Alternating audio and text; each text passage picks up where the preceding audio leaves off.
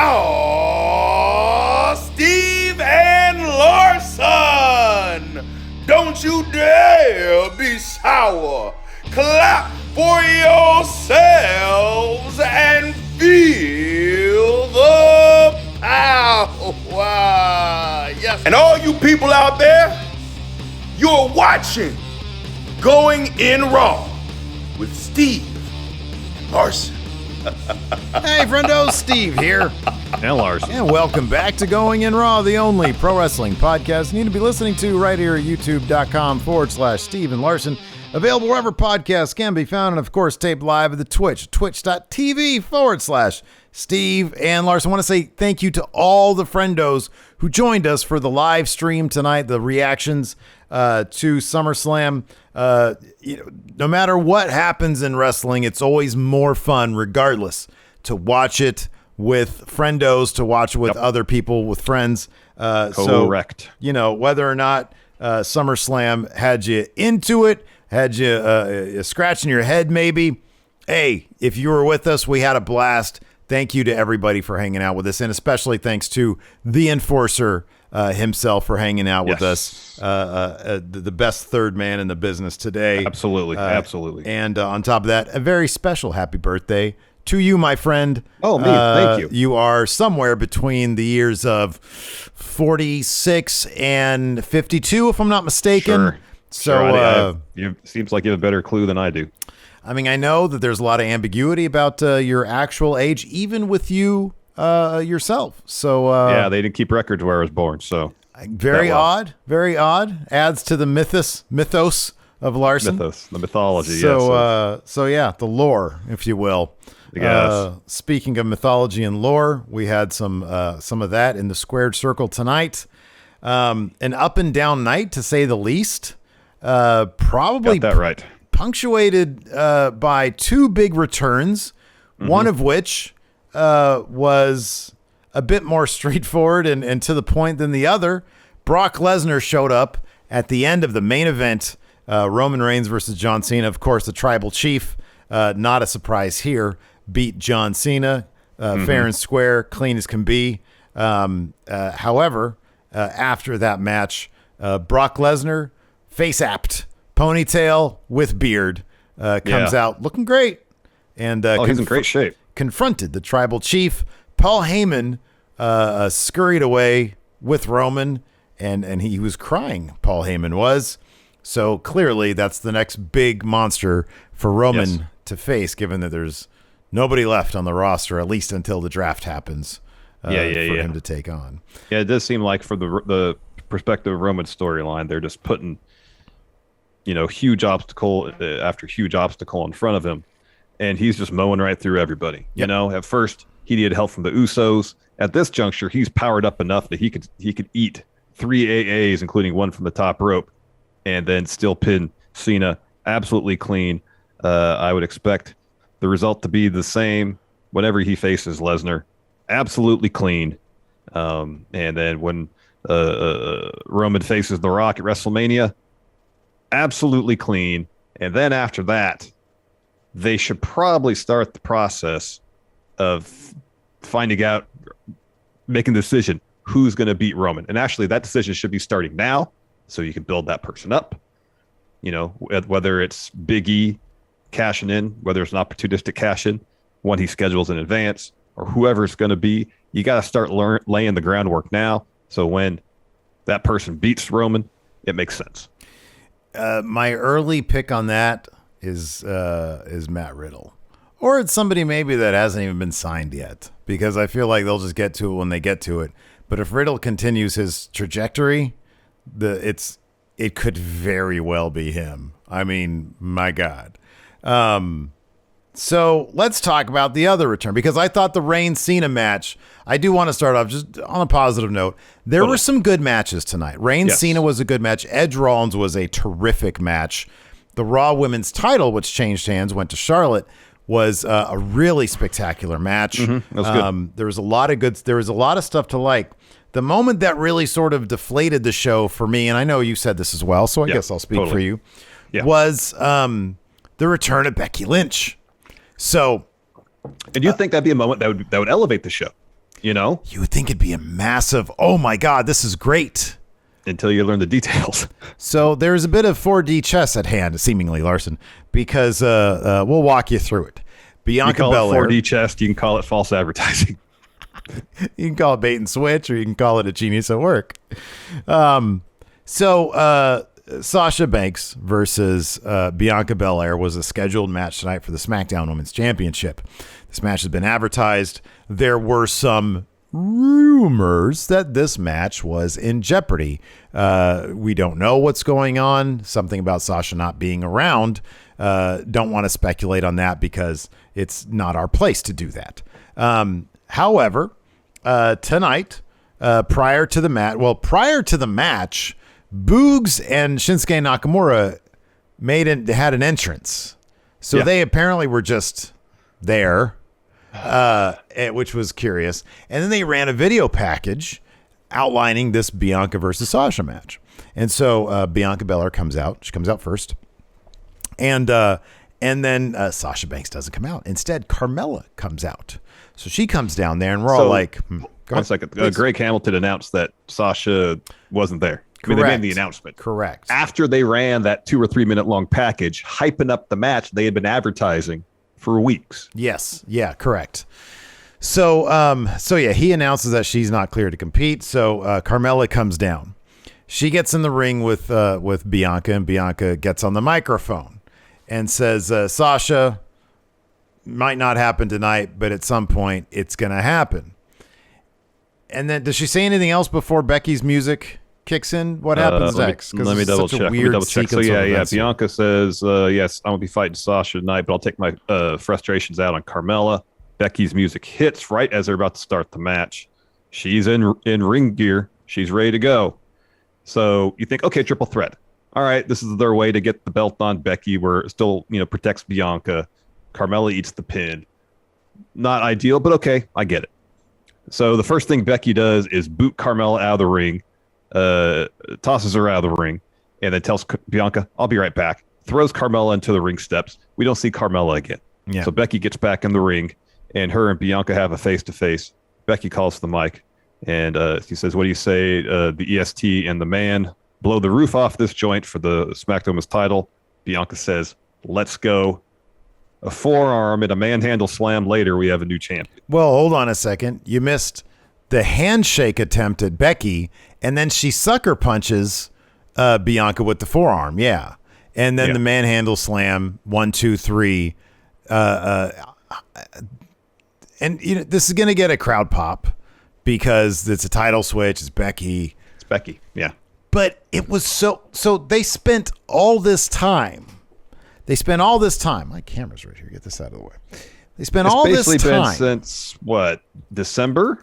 They spent building up Bianca. Organically building up an in-house talent.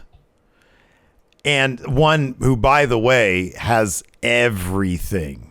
And she's learning even more on psychology in the ring, telling stories and stuff with having these great matches with Bayley and Sasha Banks, right? And she's super over with the fans. Super over. They've gone back out on the road and they're in front of fans. She's super over. Super over. So Becky returns, and we in the lead up, we were like, okay, yeah, so what's the math on where's Becky going to go? Well, Seth is on SmackDown. They're married, so isn't that she's going to be on SmackDown? Then we heard that she's going to be on SmackDown, so she's going to be on SmackDown. But then what are you going to do with Bianca? Well, maybe they're going to do something here, and then they're going to do something here. And so,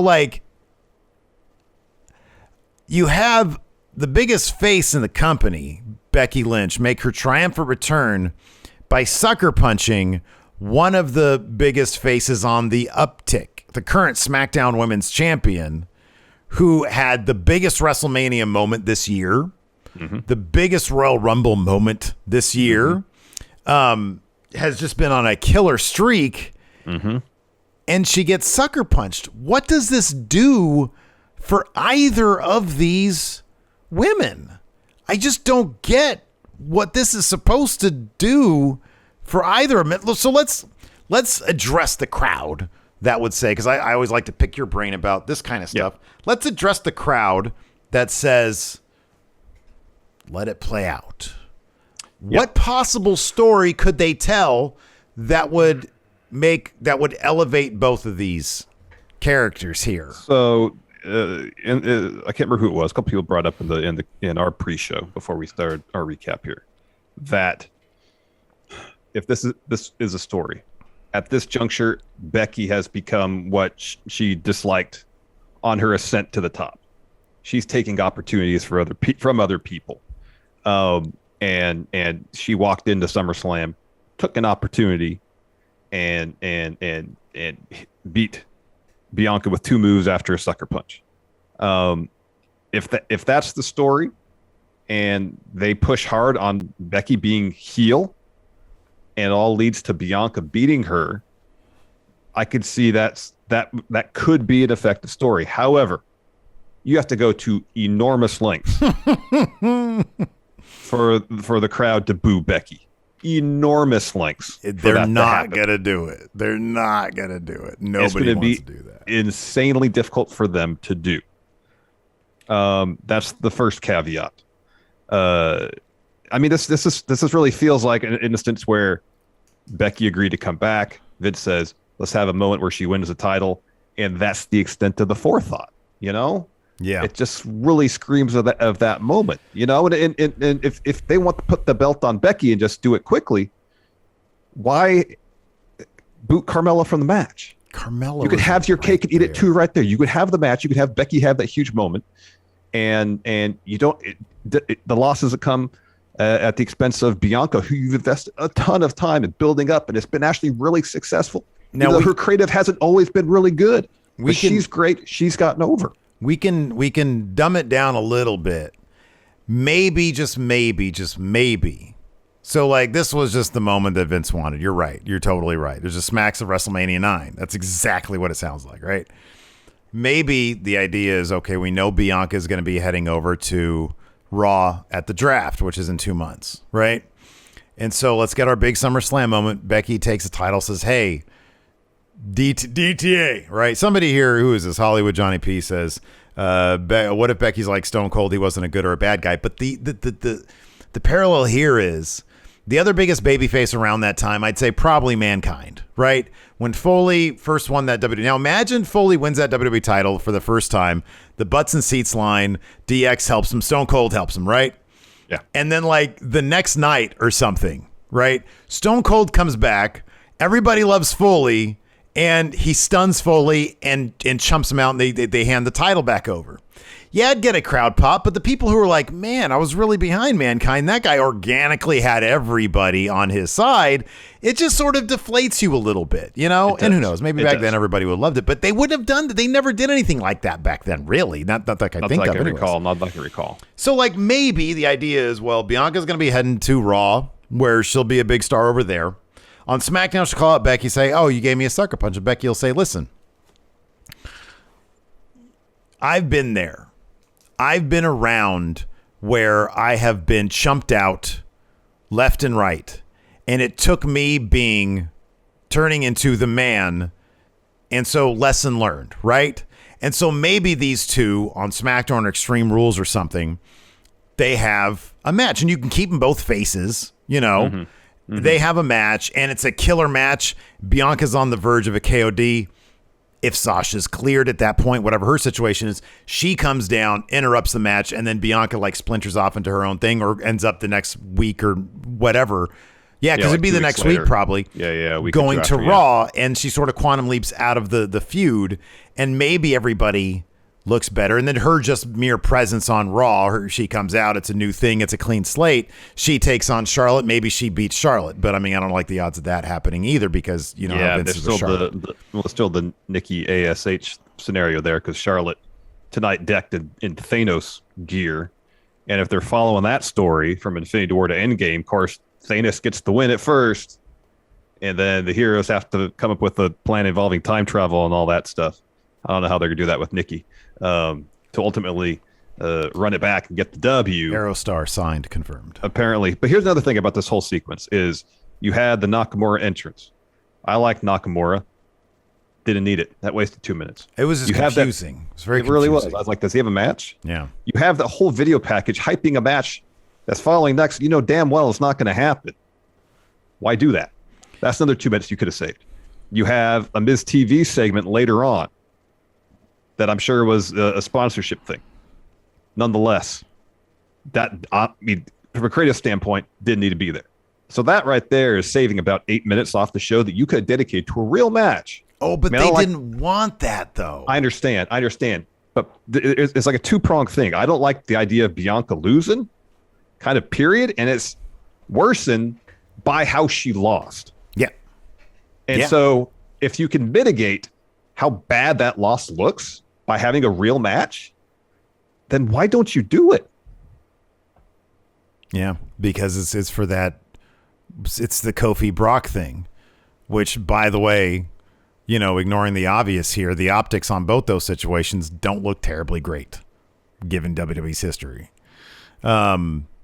So, yeah, dude, I don't know. I was really looking forward to Becky's return, and it's like I'm sure there's people out there like, oh, you guys just enjoy it because it's Becky and she's great. But like, man, I've really grown as wrestling fans. Isn't like the point for us to get emotionally invested in the characters presented to us on the screen? And Bianca's story is a great one. And I've been invested in her story. And it's like let's say this is like an end of the second act moment where, she gets, taken out by what's supposed to be the bad guy, but Becky's not a bad guy. That's why it's so confusing, It's like the second act moment's supposed to be the antagonist. Becky comes back and it's supposed to be this big moment. She's supposed to be the good guy, Yeah. I don't know, man. This is, and who knows if plans had to be changed because of Sasha, and this is the best they could come up with. I feel like this is just a pattern, The only reason I address the whole, wait and see how it plays out crowd is because you hear that a lot, but I'm sorry, I hate to say this. In WWE, that rarely plays out. It rarely plays out because it's just, like if you pay attention to history, Vince does this stuff for the big pop. Go back to WrestleMania 9. That crowd did pop, by the way. But go back to that. He decided, no, I don't want to go with Britt. So we're going to go with Hogan. Hogan's assuring Brett that he's going to drop it to him at SummerSlam to build up Brett to actually make something out of him. How did that work out for the crowd that says, see how this plays out? Doesn't work for me, brother. That's how it played out. Didn't work for me, brother. Another didn't work for me, brother, is evidently Goldberg taking a pin from Bobby Lashley. Instead, they decided to tell the story that Goldberg's knee gave out, and then the ref just stopped the match. Yeah, the match. Yeah. So Lashley doesn't get that dub, that win on his resume. Mm-hmm. That pin, Yeah. I mean, I never saw Goldberg tapping out. That wasn't going to happen. No. But, no. And I guess maybe he didn't want to lose to a spear or something. I don't know. What was the last Goldberg match? Drew. Was that that was a pin? Probably wasn't it? Claymore. Yeah. It took like three claymores. Yeah. And he pinned him. And then so there was that one.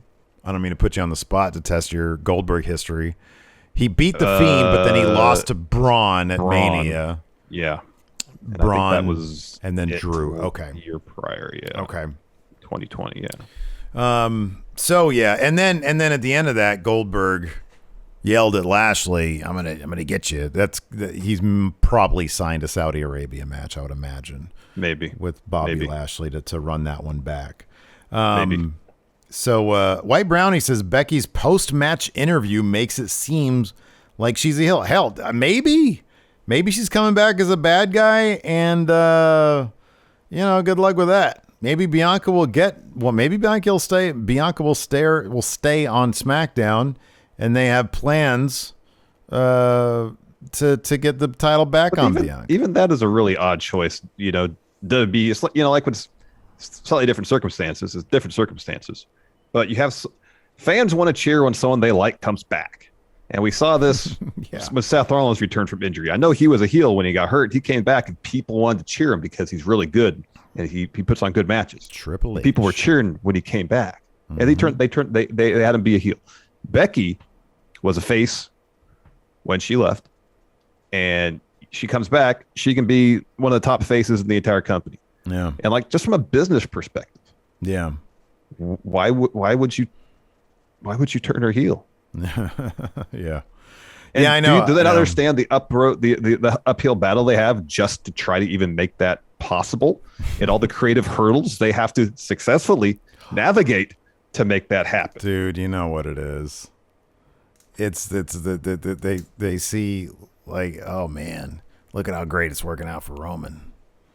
Let's have Becky be a bad guy. It's like, wait a second. No, the whole point of doing this with Roman is so you can eventually make him a really hot face because he wasn't before. And Becky was already there. She did it. Yeah.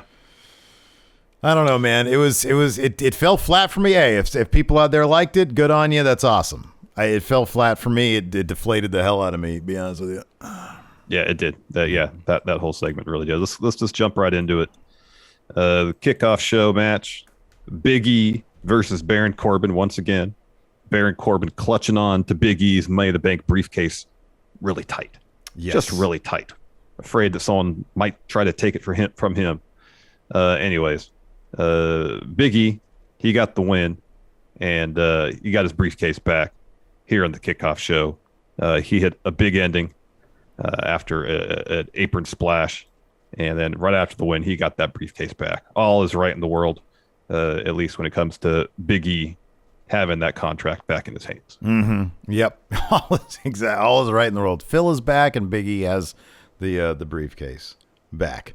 The show opened with RKBro versus AJ Styles and Omos. This is a fun enough match. My notes are so skinned. They're so small. Riddle, towards the finish, sent Omos into the LED ring post thing to get him out. Randy, meanwhile, is mixing it up with AJ on the inside. Randy gets inside the ring. Randy hits an RKO on AJ Styles for 3. Was there any tease? I was sort of, I guess, happy. Was there any tease between AJ and Omos in terms of any discord? No. That'll probably start tomorrow then. They'll probably start unraveling tomorrow. I mean, it seemed like the story of this one is Riddle got isolated for a good long while. Gets that hot tag to Orton. He basically wins the match for him, you know? Yeah. So next we got Eva Marie versus Alexa Bliss. Lily played a pretty significant role in this bout. So when Alexa comes to the ring, she puts Lily on the top turnbuckle. At one point, Eva has the upper hand. She grabs Lily off the top turnbuckle, starts slapping it around, smacks Bliss with it. Bliss screams at her, goes on a run. She picks up Lily and holds it up.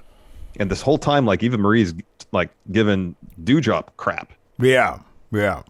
And so Bliss hits the drop toe hold, sends Eva Marie into the corner. Bliss misses Twisted Bliss. Eva Marie goes for the cover. Bliss kicks out. And then Bliss kicks Eva Marie right in the gut, follows DDT for the win. Afterwards, Eva Marie rolls to the floor, kind of at Dewdrop's feet.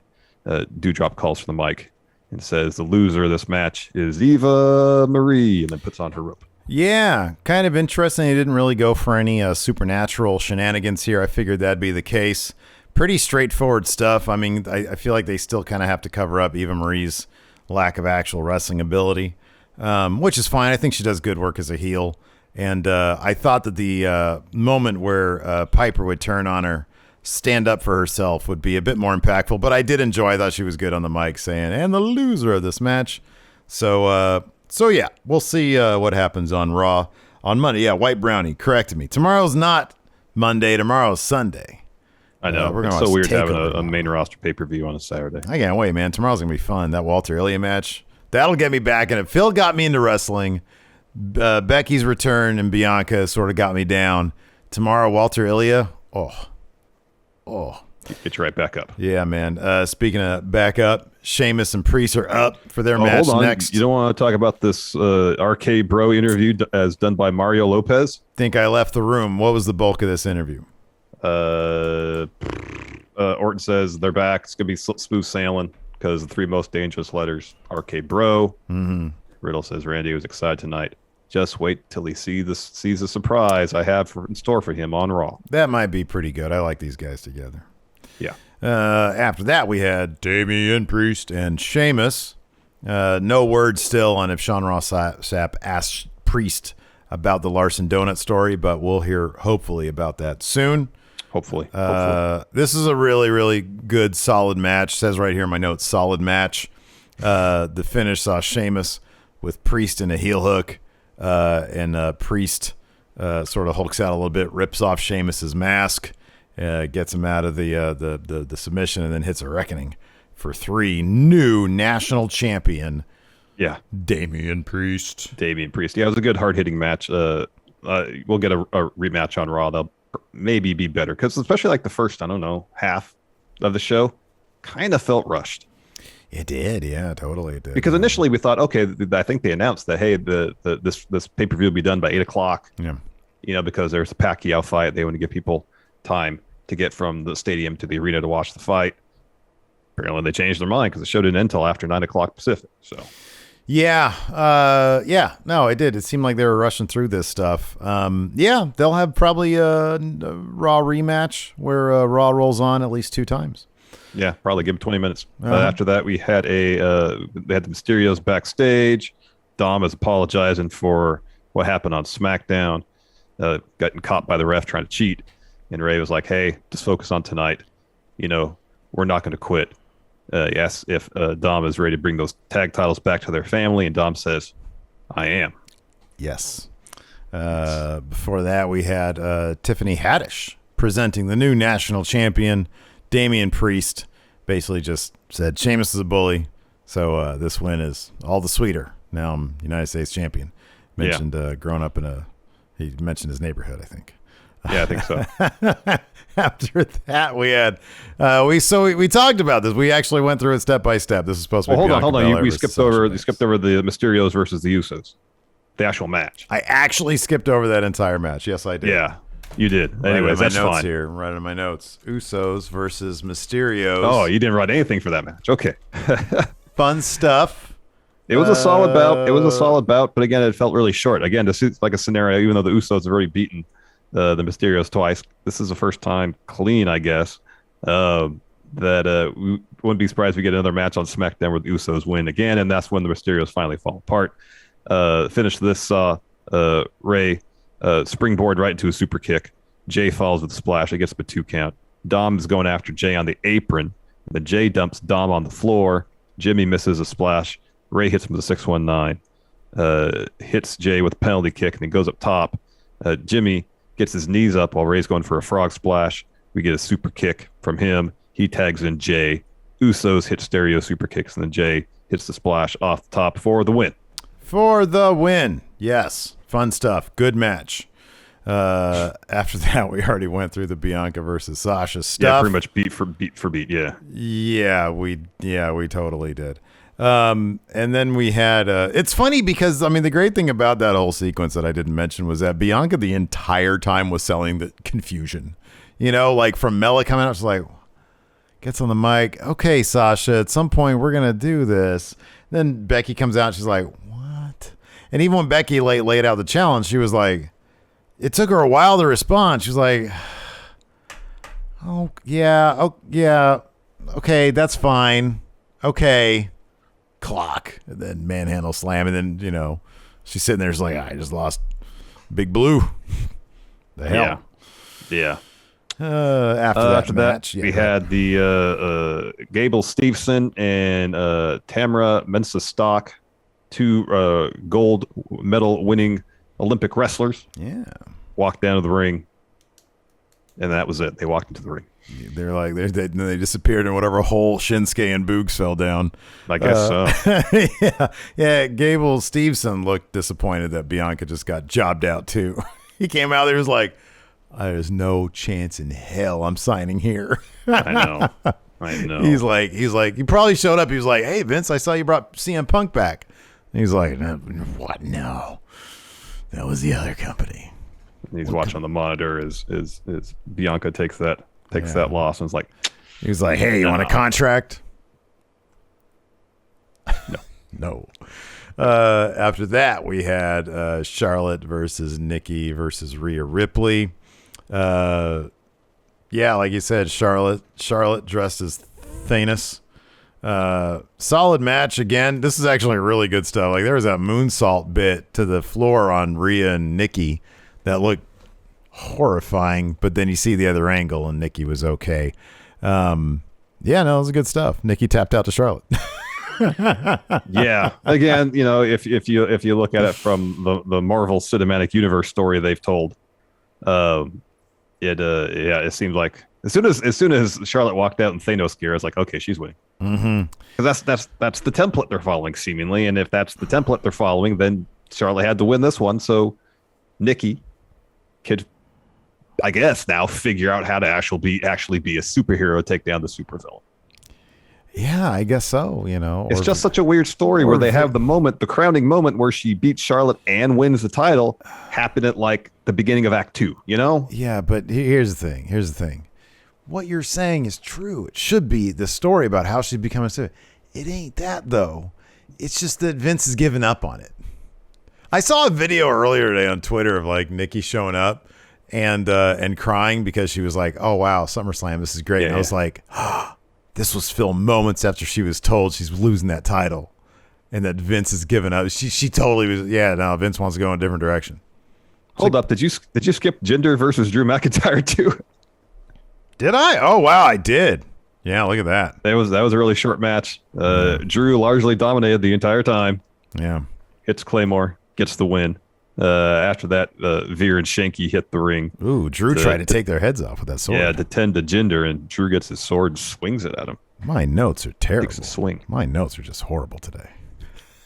You're trying to make sure the show ended by 8:00. That's what you're hoping for. I was so deflated by that. I was just racking my brain. I was on Twitter. Man. Yeah. I was rooting for Jinder too. He's great. Yeah.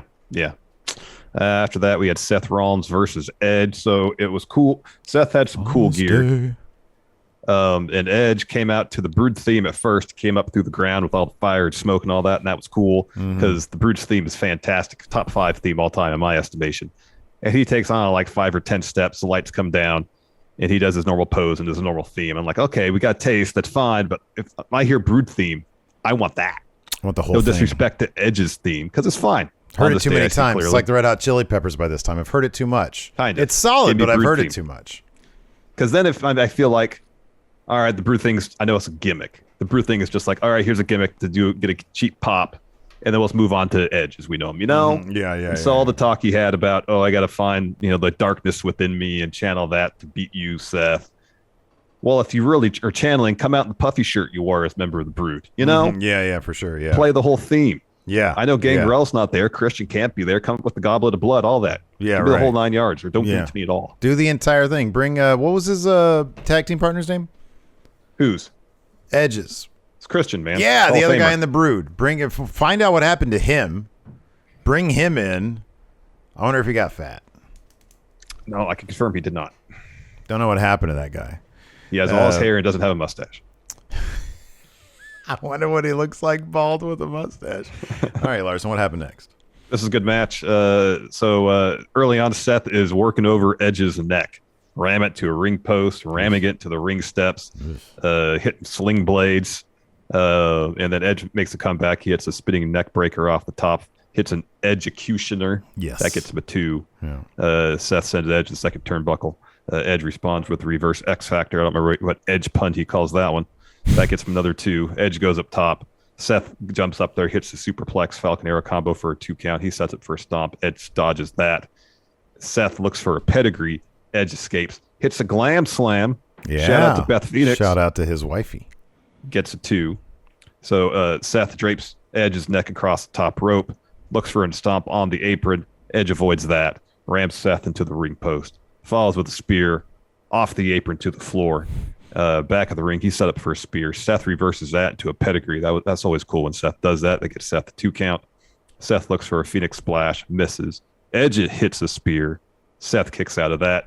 Edge shouting out to his best friend, Christian, looks for a kill switch. Seth escapes, hits a couple forearms to the back of Edge's neck. Then a super kick. He's looking for a stomp.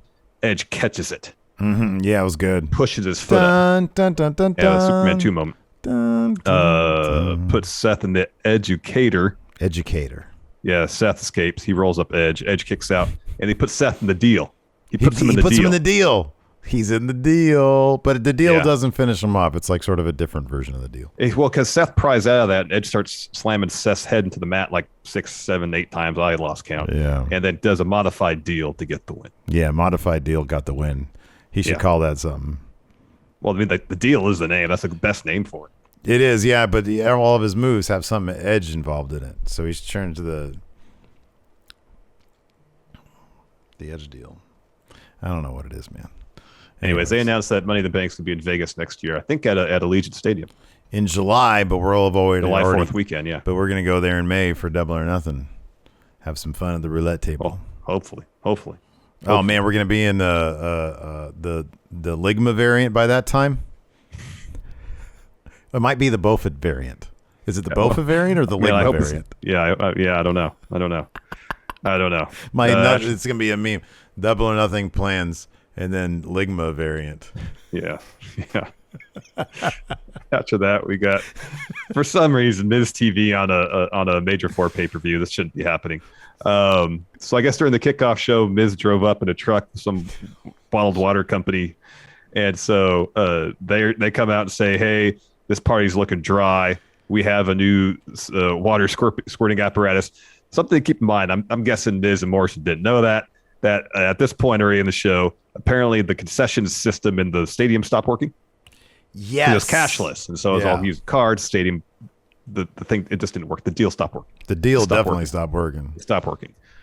So, man, we heard somewhere that they were giving out some free stuff. And anyway, so they have this new water squirting apparatus, Dripstick 2000.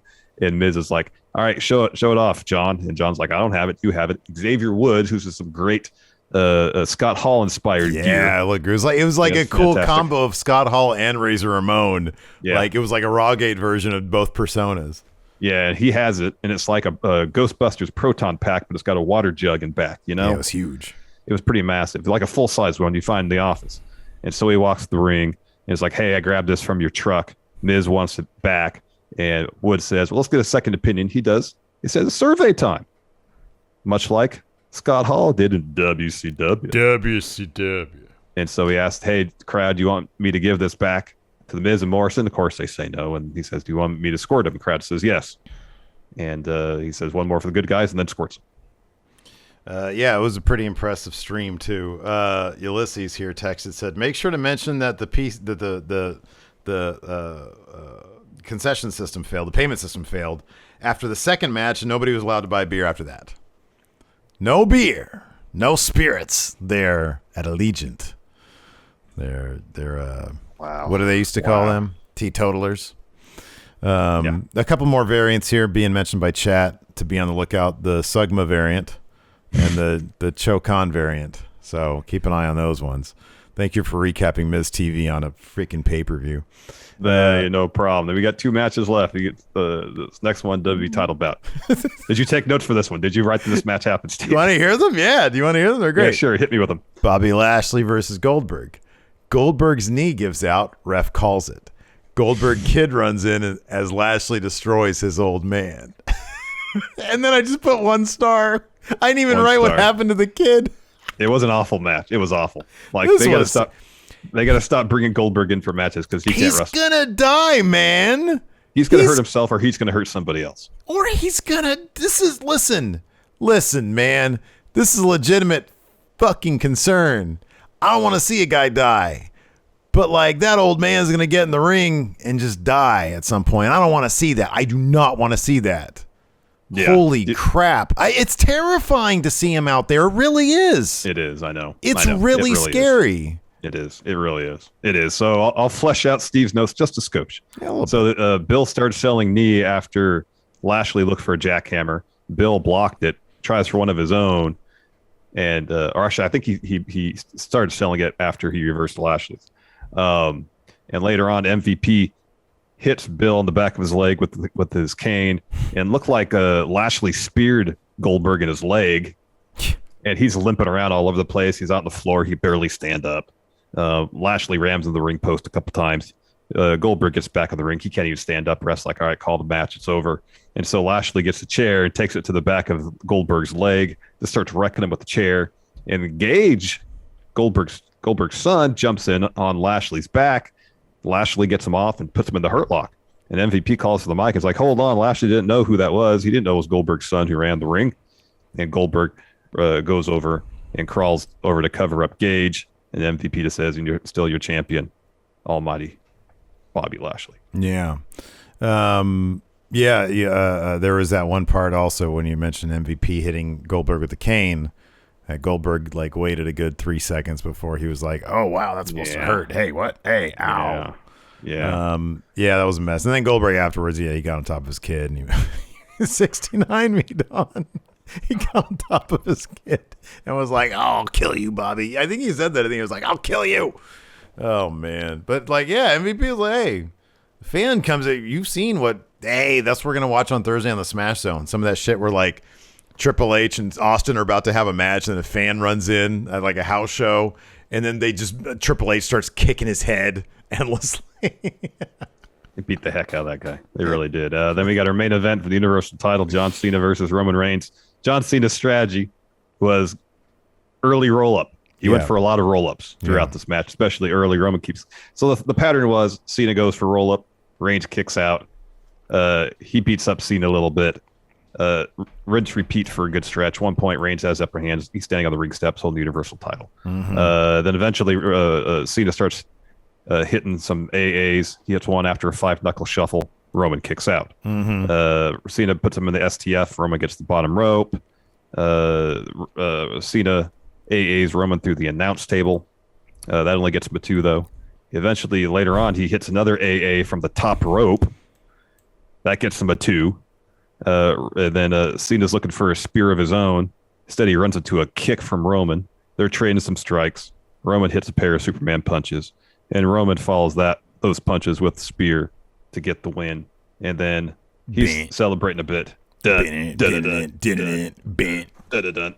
Out comes Brock. His weird face app, ponytail and beard, and he's at a weird, it was it wasn't a Suplex City shirt. It was a tight tank top. It's like Steve. Hey, it was my fit. It was my Vegas fit. He stole it. Tank top. Well, he was tucked into his jeans. I planned on tucking mine into my jeans. He didn't have a fanny pack. Yeah, part of your whole uniform for Vegas. He didn't come out with one, but backstage he totally had a fanny pack. Could have. That shit happened. And so he just comes out, has a stare down with Roman, and Heyman kind of goes to the apron, and he's crying. He's crying, yeah. And so Heyman and Roman leave, and then the show just ends with Brock in the ring. Apparently, though, after the show went off the air, Brock just went and suplexed John Cena all over the place. Went nuts on John Cena, yeah. Suplex City. So this will be interesting. I'm looking forward to this. I said this before. I'm looking forward to the new dynamic between Roman and Brock with Heyman. What side is he going to pick? Are we going to get some sort of kayfabe explanation as to when Heyman left Brock and approached Roman, or is that going to be told in the pages of a Boom Studio comic book? I'd like to know that stuff. So Asian Murray here says Brock gave him the strokema, so that's a possibility, that variant, the strokema variant. But anyways, yeah. Random Xerox says Brock returned with Dean Ambrose gear. It looked like Dean Ambrose size shirt too. Yeah, it was so tight. You could see every ripple of his nipples. Virtually. Anyways, that's going to do it for us. What a goofy-ass review for a goofy-ass show. Thanks, everybody, for tuning in. We appreciate it. Twitch chat, stick around. We're going to shout out some of these subs and send you on your way to a different Twitch channel via Raid. Hang out with us tomorrow night. Are we going to do TakeOver at YouTube or TakeOver on Twitch? Let's do it on Twitch. Twitch is more fun. Yeah. We'll do it on Twitch. There we go. Thanks. Twitch is fun, confirmed. Thanks, everybody, for tuning in. We appreciate it. Until next time, we'll talk to you later. Goodbye.